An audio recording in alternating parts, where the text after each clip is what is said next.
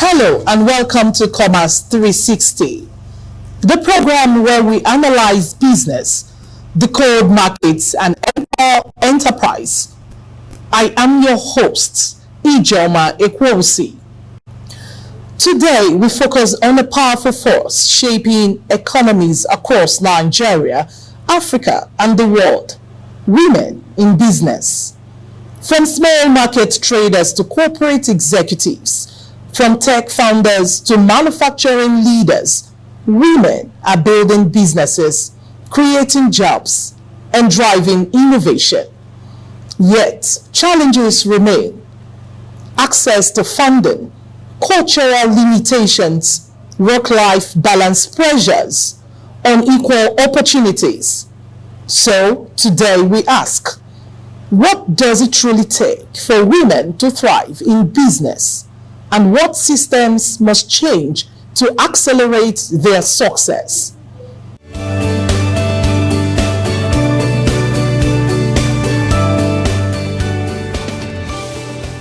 Zenith Bank, in your best interest. Some believe women face greater obstacles. Others believe the playing field is becoming more equal. But the reality lies somewhere in between. To help us unpack this important conversation, I am joined by a remarkable entrepreneur and advocate for women empowerment. Joining us today is Ambassador Tina Kenechukwu, a successful business coach and advocate for women entrepreneurship with years of experience and mentoring female-led enterprises. You're welcome to Commerce 360. It's a pleasure to be here. Thank you for having me. You're welcome. In your experience, do women truly face challenges in business in our today's world? Oh yes. There's so many challenges that still faces women as of today when it comes to business and entrepreneurship. And number one, it's what I call systemic disadvantage because of the way the society has perceived women, and it affects them in their way of life and especially in running business. Second one is what I call bias. There's a lot of bias in the system when it comes to women being on top or leading a particular business setting. They feel like, okay, why is she there, and all of that. So for me, I think systemic disadvantage and bias is one of the things that really limited women when it comes to business world.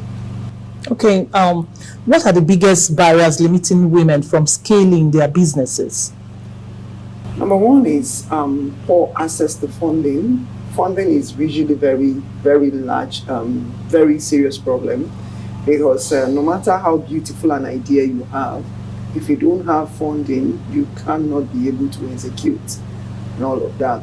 So funding is a problem, because some of the organizations that are supposed to give funding will believe that women are not the right set of people to give an investment or to invest in, and all of that, which actually is actually wrong. Because for me, I believe that women are very resilient and they can manage any funds, so long as they have the right training and coaching as far as that field of endeavor is concerned. And the next one again is mentorship. Sometimes women lack, access to mentors, who have already successfully, done what they want to do. I take for example, in the Igbo setting, where you see someone who wants to go into business, maybe the business of shoemaking, you probably see one man standing that have been very successful there. They can decide to go on apprenticeship and then understudy that person and learn that principle. But you can rarely find that in the women world, where you see that one person, or even if they are, they're just very few of them. So at the end of the day, they don't have mentors, people that they say, okay, they look out for and all of that. And that is why people like myself have decided to take it upon myself. The mentor-mentee relationship is one thing that we don't have to take lightly, especially when we talk about women advocacy and mentor and empowerment, and all of that. So I think that's also another thing that have stopped women in scaling. And of course, huge collateral. When you want to give women want to access funds and all of that, and you are telling the woman that you need to bring one property that worth billions before you can accept for, where would you get that collateral? and all of that. So these are some of the things that have, been able to, affect women in scaling in their businesses. Okay, you just mentioned limitation. One of the limitation is access to fund finance of of women. So how does this access to finance affect women entrepreneurship specifically? Okay, just like I've mentioned, number one, first of all, is that as it stands today, before any financial institution can give a loan to a woman to do business, they probably will have to see what you've done. They want to see, because society make it look like women cannot succeed in business. So they want to see what you have done. But if you are a young startup, nobody believes in you. I remember once when saw a story of Linda Ikeji, when he was sharing a story of when he started, that he approached uncountable number of banks, and nobody agreed to even loan him 1 million naira just for him to start. With all his visions, with all the ambition, he knows what he wanted. He has seen the future. He knows where he was headed to. But nobody believed in him. They couldn't give him access to 1 million. And then I think fast forward to 10 years down the line, when they have started seeing results declining, he said today his bank that is coming to him, asking him to come and take a loan of 10 million, 100 million and above. Now, as a young starter in business, as a woman, you rarely get support, because people believe that, oh, what will she be able to do and all of that. Before you know it now, all the money is going to the children and all of that. So people believe that women will be able to do that. And just like I also mentioned collateral, when they put this huge collateral, it also becomes a problem and all of that. So I think these are some of the major issues. Okay, you mentioned Linda Ikeji, which she's a successful business from all indicators, and we have in other clients, for example, in America we have Oprah Winfrey, media mogul. Yes. Okay, successful woman in business. Then our own Folorun Shola Lakija, then Ibokun and Awoshika. Then we have Adora Umoji, the MD and CEO of Zenith Bank. Yes. Okay, despite these glass ceilings, women breaking the glass ceilings, moving, breaking boundaries, becoming successful in business, society still see how a woman should be successful in businesses. There are still some limitations which you highlighted. What can you point about the society, how they perceive women in business? Well, and I think one of the things that we need to do, you can't change the perspective of the society. Everybody have right to their own opinion and what they want to feel and all of that. And like I said, it's not something that just started overnight. It's something that has been there for decades, even before some of us were born. And it's something that we inherited from our forefathers, because in those days, women stay at home, especially in that area, in the era where it was mainly farming and all of that. You already believe that a woman cannot be exposed to farming and all of that. So they rather prefer them to stay at home and then have their men go do all of those hard works and then come back, to provide food and all of that. But eventually, as time goes on, these things are no longer about farming and tilling the ground and all of that. But we still carry on that perception that a woman is not supposed. In those days, our forefathers saw it as suffering. We can't afford to see our women tilling the ground, suffering and all of that. Let's do the hard work and then let them be the ones. That's why in Igbo land that time they call women Uriako, because they believe that, okay, let me go and do the suffering and come back.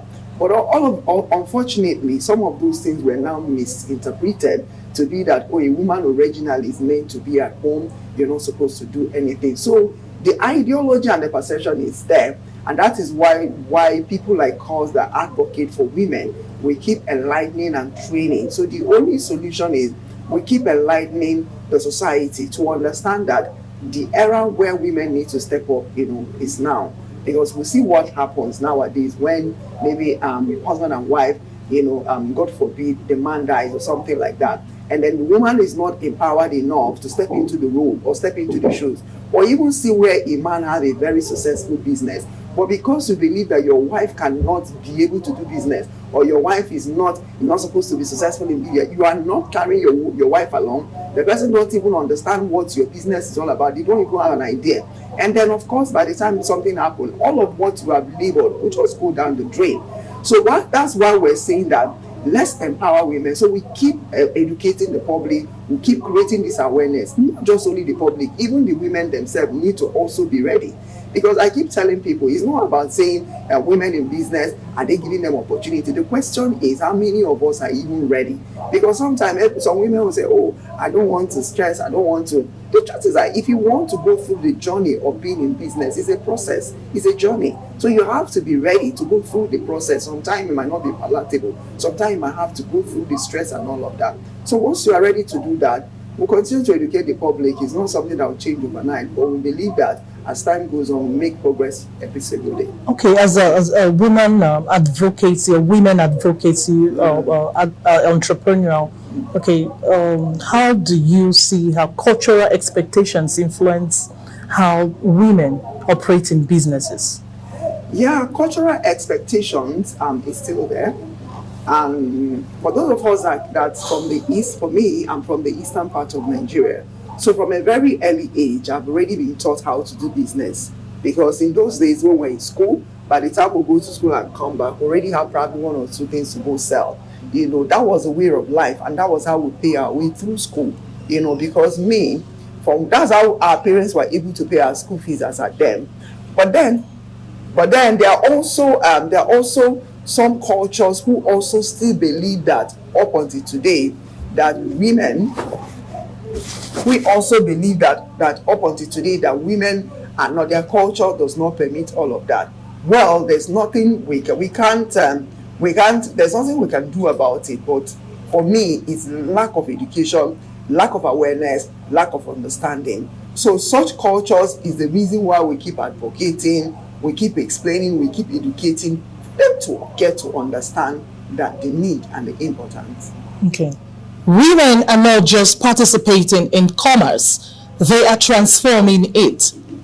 When we return, we will explore policies that can support women-owned businesses, the role of mentorship and networks, how corporate Nigeria can promote inclusion, and what the future holds for women in leadership. Stay with us. This is Commerce 360.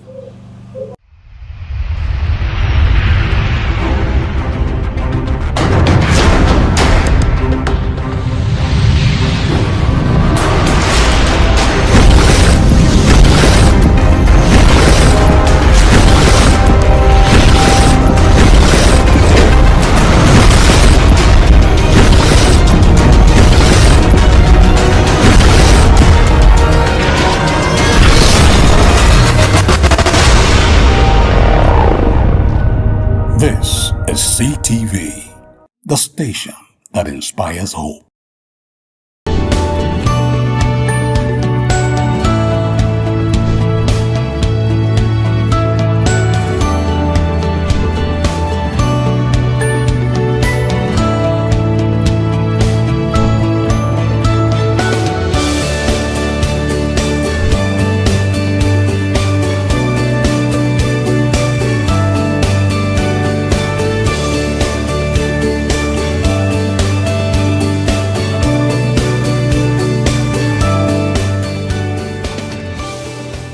Zenith Bank, in your best interest.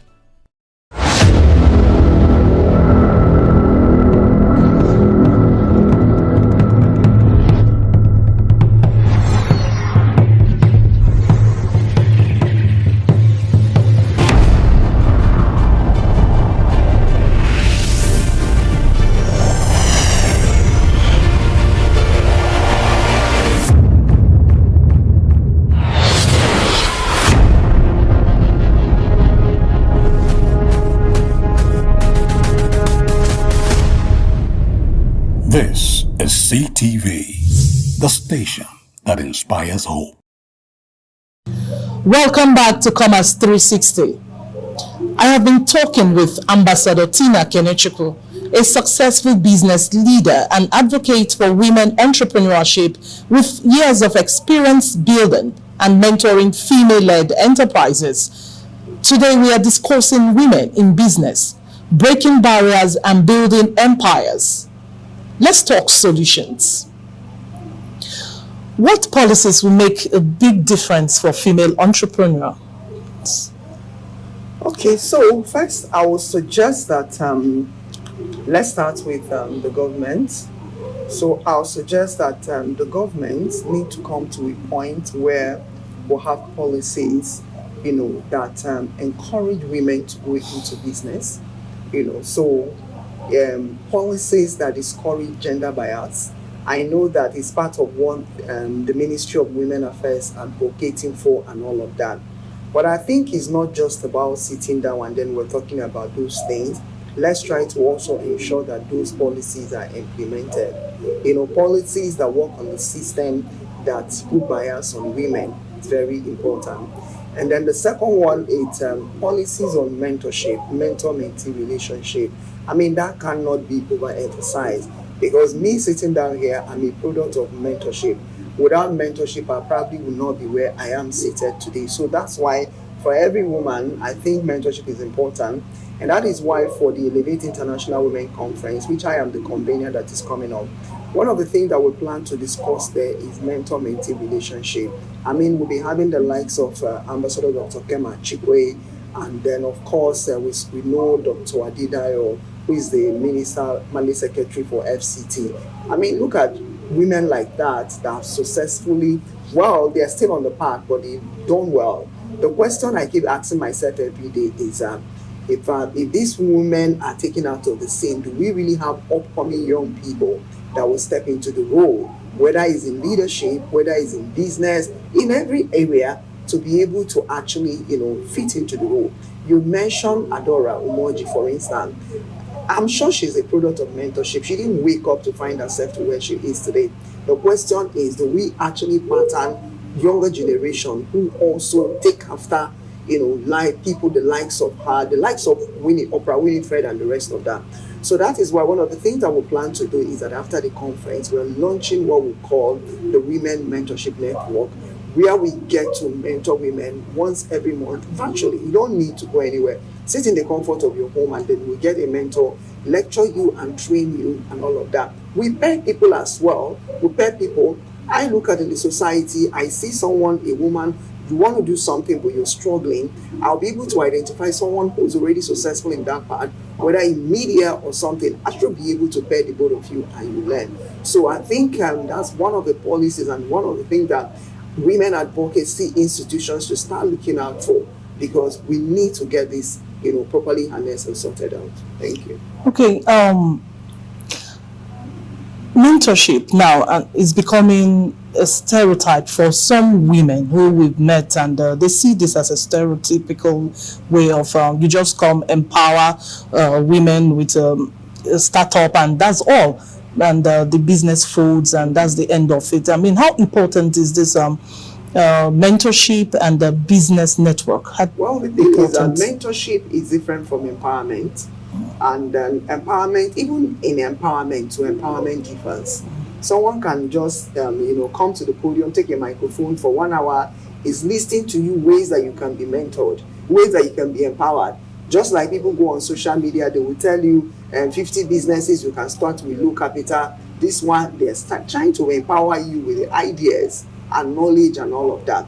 Not everybody knows what to do with the knowledge and the idea. They will listen to it, but they don't even know how to go about it. Now, there's also another system of empowerment, which will now get on the skills, just like what we're trying to do in the conference. We will talk about it, but we're also going to get people who are hands-on on the skills. They come, practicalize it, show people you can enroll, and then they teach you, train you on how you can be able to do that as well. Now, that is empowerment, and all of that. It is actually not mentorship. When we talk about mentorship, mentorship goes beyond learning that trade. You have to learn the person's discipline. Because for somebody to be very successful in business, it is not that buying and selling and that calculating money that makes people very successful.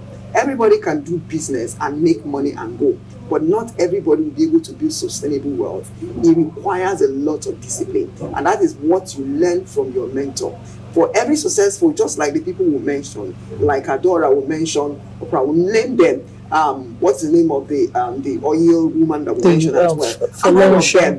If you study these people's life, you realize that what kept them and taking them to where they are and is sustaining them where they are currently is a discipline. the discipline that a lot of us don't say. In the journey of success as a woman, there's a lot of this discipline. And another thing we need to also look into is work-life balance. So many women don't know how to balance their life. You have children, you have husband, and then you still have business to do. How do you manage these three? Sometimes you see some successful business women, but they have already lost their marriage. Sometimes you see successful business women, but they are not able to marry because maybe that was a time they were trying to build their business, and before you know it, time was already gone. So we have, and that was the knowledge they had then. Some of them were not properly informed. Some of them don't have mentors, people that will guide them. And that is why today we are now saying that let us not make such mistake. You'll be able to come to a point where as a woman you can do business successfully. Your children, it will not affect your children, it will not affect your husband and your home. I am a business person, I'm a business consultant, and then of course I'm also a women advocate, so I also speak up for the women. But at the same time too, I love my family, I love my husband, I love my children. I don't joke with that. So I try to find a way to balance the situation, so at the end of the day I'm still successful in what I do in my career. I still have my home and I still have my children doing well, because by the time you put all of these things together, that is when you are sending a message. That child somewhere will look at you and say, my mommy is very hardworking and she still makes money, and at the same time she still takes care of us. You become a role model, not just to the society. Start from home. They're looking up to you. Before you know, so I would like to be like my mommy. That is what we're preaching. Okay, in what you've just said, I see education now playing a part, and time, how you balance your time. So what role does education play in preparing young girls, and at what time do you introduce young girls into business? Well, as a very early age, like I said, I started at a very early age to learn business, maybe because of where I came from Anambra State. And then we, of course, we start very early. One thing is that you're selling pure water and all of that. And then for my own side, really growing up, I didn't even believe that I would be able to do business. I didn't see myself as a business person, even though I am from Anambra State. Because I have, I have this kind of, I believe I am not wired to do some certain things. I am not too strong to do some certain things. I'm a kind of soft to be able to do some certain things. So I believe I won't be able to do all those things. But guess what? Life happened, and then my mom had to step into the show, and then single-handedly raised 5 children. In that process, we realized that we can't leave the responsibility to my mom alone. All of us have to eat the street. Whatever you can do, you'll be able to do, start doing. So that was at the point when we started working, started learning how to do business and all of that. And then all of that resilience, started coming out and all of that. So I started very early. And then for people watching us and all of that, my case might be a different case entirely altogether. But for me, I think that in as much as we want our children to go to school, be the doctor, be the lawyer, get all of the required knowledge and everything. But let me tell you, behind every profession, there is business there. Behind every profession, there's a business. The reason why a doctor is making money as a doctor and is more successful is because you have more business and you're making more money. The reason why this lawyer is making money, there's a business behind every profession. So it's okay for our children to be professionals, but it's okay for us to teach them that there's business behind the profession so that they learn it. So for any age you think that they get to start understanding it, start giving them little responsibility, especially if you have a shop and something like that during holiday. Don't just let them to be at home and they eat food and they play around. If there are ones that are up to the age, you can take along, so long as they are well protected, you don't expose them where they get harm or somebody injure them or molest them, your eyes on them. Please, by all means, take them and show them. Not that you leave them maybe hawking on the street or something, but if you have a shop, keep gradually, and then exposing them. Just like still on the Elevate Women International Conference tomorrow, our activity is kicking off tomorrow, and our first call is Girls College. Because we realize that we can't be talking about women in leadership, women in politics, women in business, and then girls are left out. Now, what is the theme for this year's International Women's Day? The United Nations. It is rights, justice, and action for all women and girls. But how come that when we're talking, we'll talk about only women? What happens to the girls? So that's why tomorrow all road leads to the Spiriton International Girls College in Sabonluwe. That's where we're going to be having over 200 to 300 girls, and we're going to be talking to them because it's important we start shaping their mindset. We start showing them the narrative, the pathway. If you need to go into business, these are people that are successful. Look up to them. If you want to go into politics, dream it, dream big. Look for people who are successful, look up to them. You want to be successful in leadership, you go through that. So it is very important that the girls are not left out. Very, very important. And the children generally, not just only, the girls. Okay, very well said. Okay, in the next 10 years, how do you see women reshaping the business landscape in Nigeria? Very promising, but it's still not automatic. I see very promising, and that is why people like us are doing a lot of work in terms of awareness and advocacy, and a whole lot of other women too doing well as well. So, but these things are not automatic. We need to also come to that point where women are encouraged to rise up and become CEOs, become founders of business empires as well. Because in as much as it's very promising, we as women need to rise up. We need to step up, start up that business that you want to start, so that between now and the next 10 years, you will be among the CEOs. And then what about the technology? Women need to align themselves into technology. Don't leave it and say technologies are for the Gen Zs. If you don't learn it, you are out of business probably in the next 10 years because your business might not be able to align with the AI, with the social media and all of that. So in as much as we see a very bright future, when it comes to women in business, but women need to align. You need to go and study. A friend of mine, Dr. Wumi, she is the founder of Women in Tech in Nigeria. And her job is just to teach women how to do well when it comes to technology and all of that. This woman can do solar, she can lecture. I've been on her training where she gives people training on how to be a solar expert and all of that. That's what we're talking about. So let's start aligning ourselves, because it will happen all overnight. Even if government set up all the policies today and say, oh, there's no longer systemic bias, there's no longer gender inequalities and all of that. The truth is that have we been able to put ourselves in a place where we are now saying, okay, everything is okay, oh yeah, take advantage of it. We'll talk about women inclusion and leadership.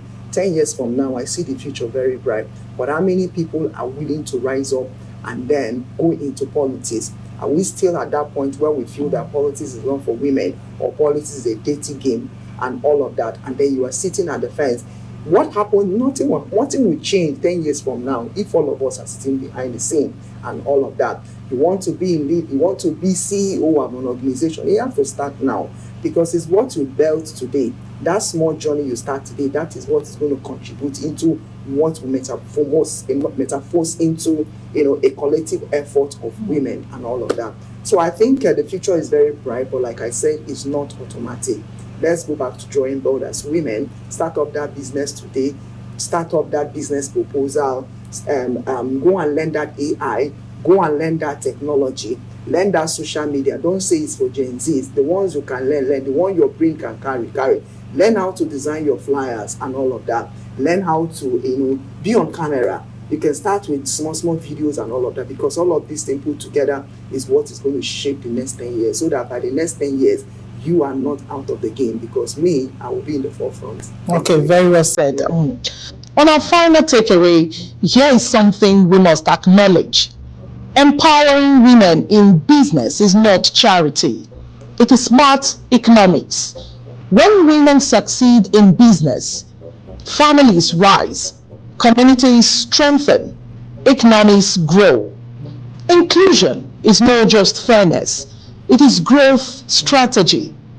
As we conclude today's episode, remember this: talent is not gendered, vision is not gendered, leadership is not gendered, opportunity should not be either. Before we go, I would like Ambassador to just give us, you have said so much, you have really mentored us, but just give just a line to our viewers. Okay, to everyone out there, my encouragement today is everyone rise up to the occasion. The truth is that we've come to that point where I love the part that said that talent is not gendered. we can rise up to the occasion. If you sit at one corner waiting for something to happen, nothing happens, you need to rise up to the occasion. You need to name that scale. You need to tell yourself it is a time to start and start now. You need to start up that business. You need to go back and think, what are those ideas? Bring them into light. And then, of course, together we'll all eat the world. Thank you. Thank you very much, Ambassador Tina Kenechukwu. With that, we wrap up today's episode of Commerce 360. Join us next week as we continue to analyze the forces shaping enterprise and economic growth. I am your host, Ijoma Ekwosi. See you same time, same station. Till then, keep building.